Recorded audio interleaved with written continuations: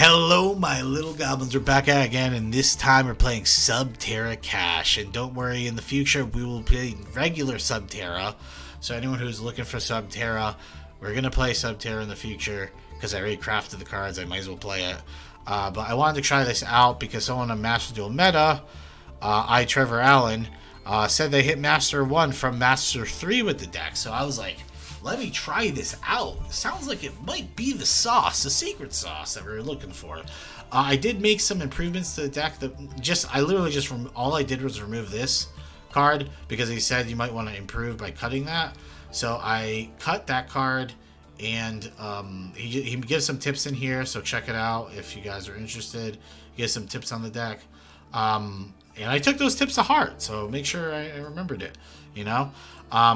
The cool thing about this that he does mention too is succession. If you have this trap, you can use it to discard one of your flip monsters, and you can search out Max C, and that seems kind of funny to me. So we're gonna go into some games. You guys are gonna see how the deck performs, and then we'll go into a recap like we usually do. Hello, this is game number 1 against Sonic, and our hand is looking scrumptious. So anytime you open up Hidden City with this deck, you kind of have full combo going on here. Something I could have done, honestly, is I could have just, like, I didn't do this, mainly because I'm actually kind of happy I didn't do this. You could actually, at this point, just use Succession, search Max C, then Max C the opponent. But I did not do that. Because, I'm pretty happy I didn't, because a lot of these games involve Max C, so I wanted to at least have something that wasn't. So we end up using Succession to search out this card here.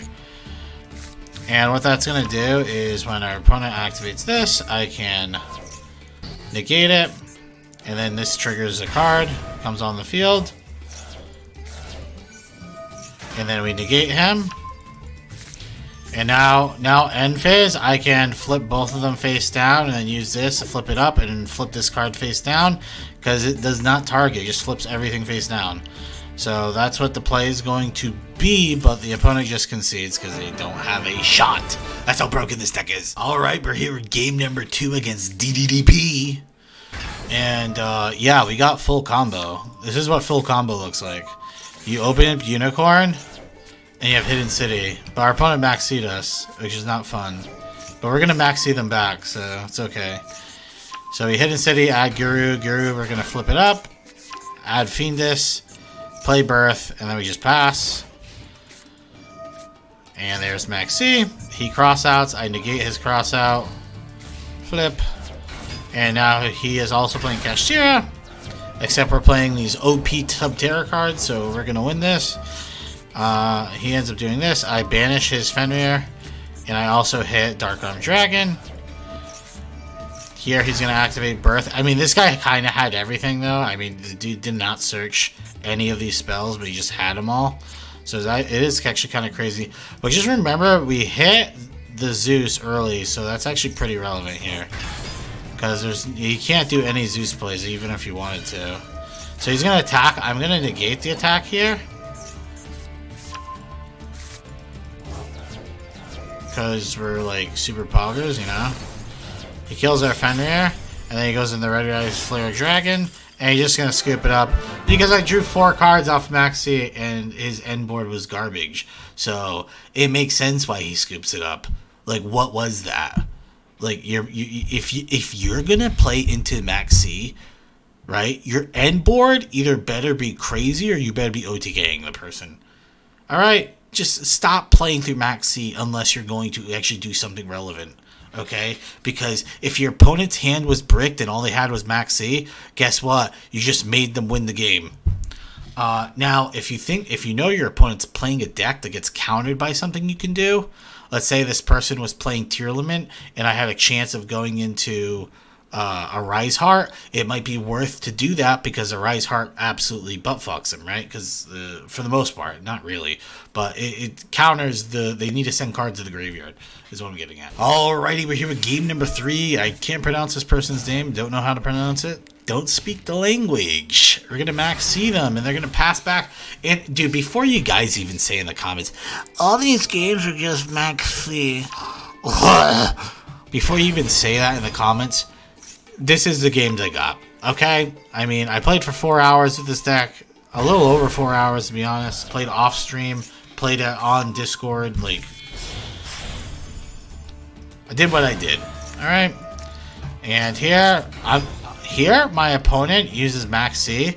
I decide to not even use Fiendus because if he's using Max C as a bait, honestly, kind of weird, to be honest. And if he's using Max C as a bait in case he has, like, Nibiru or something, I'm going to try and OTK him here. I mean, the unfortunate thing is he kind of let me know late about this entire plan. Honestly, I feel like the big misplay here, right, is because, okay, so here I have lethal, right? I have enough damage to kill him, technically, right? But if I had to flip this card face down, I'd be screwed. But I think I'd be screwed even if I kept this on board. Because I was thinking maybe we should have made Shangri-Ira into a Rice Heart. That way we would have had at least 3 materials on it in case he had something wacky or something I could have summoned. I don't know. This is fine. We had lethal, so can't complain. Bye-bye. Again, this game kind of sucked. I'm not even going to lie to you guys. I'm keeping it in the video, though, because I'm just showing you how the deck is played. Alrighty, we're playing against Jack. And here we go. Alright, we max-seed our opponent again. What a wondrous... Okay, I'm going to say this, though. You guys might be saying in the comments right now about the max-seeing. But, dude, okay.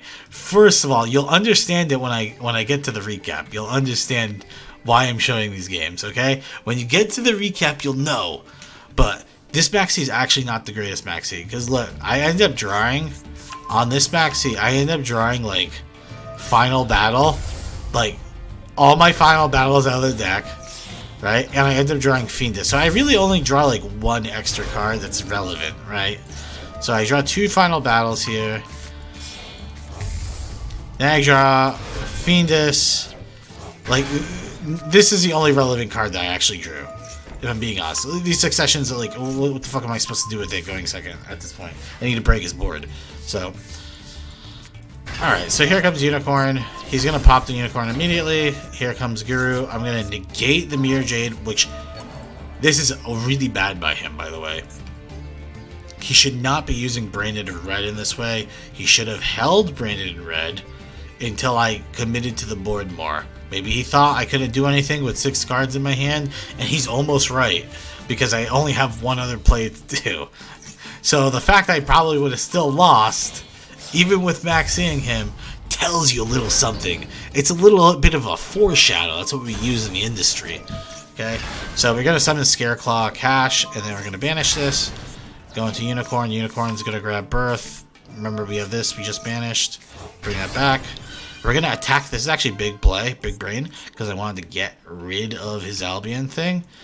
So we get rid of it. Boom. And now, look, dude, you guys think I'm, like, not mentally there. And you guys might be right. But I did this. I wanted to kill the Mirror Jade because I'm just going to go into a 3-mat Shangri-Ira. And this card in the graveyard triggers. So if he activates this trigger, I'm going to win the match immediately on the spot. So I go into Shangri-Ira. He triggers his ability, which forces Birth. Now Birth, I get to banish 3 cards. I hit the Brafu. He's never getting Branded Fusion again. So GG. And Shangri-Ira is protected. So I don't even really have to do anything for the rest of the game, and I'm probably okay.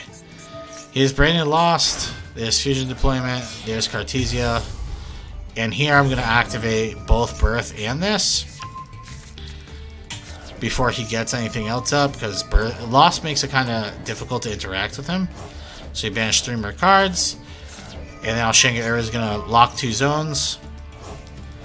Now, the unfortunate thing is my opponent does have triple tactics talent, and he steals my Shangri-Ira, but he's locked into fusions for the rest of the turn, so he cannot go into Predaplant Verte, which is what he wanted to do to get rid of my Shangri-Ira.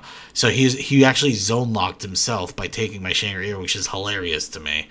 And remember, he doesn't play Zeus or anything. He's playing stupid Branded. Alrighty, we're here with the final game. Our hand is looking fantastic. And you know it's you want to know something about this deck? The fact that all my hands that look good are just hands that are just straight Kashtira cards is a little sad to me, personally. My opponent ashed me here, which is really unfortunate to him because I opened cash the Theosis, so he's kind of fucked. We're gonna add a card, and he's royally screwed. Go Shangri-La, we use this to banish Birth. Lock, boom. I mean, it's just cash plays. I mean, it's really not difficult to do. A monkey could do whatever I'm doing. Now, would a monkey do this, though? I wanted to play with some Subterror cards for the last game. So, I bring back this card just so I can set Behemoth because I have Final Battle. So, depending on what my opponent does, and I'm just like, you know what, let's YOLO this. We're going to flip this card up, and we're just going to... I'm going to be honest, dude. I didn't know I wasn't realizing originally this card flips my own cards face down. It doesn't seem like it works well together, to be completely honest. So I Book Eclipse my own board. The good thing is, though, he did not get Fenrir Search, which is really, really important because here he summons Unicorn, which I think is right. But like, if he doesn't have anything other to extend, he's kind of screwed. And if you guys remember, I hit his Zeus from turn 1. So on my turn, remember, I hit his Zeus, so he can't break my board, essentially. So he's going to go Birth. He activates Talent. He gets rid of Unicorn in my hand, which I think is bizarre.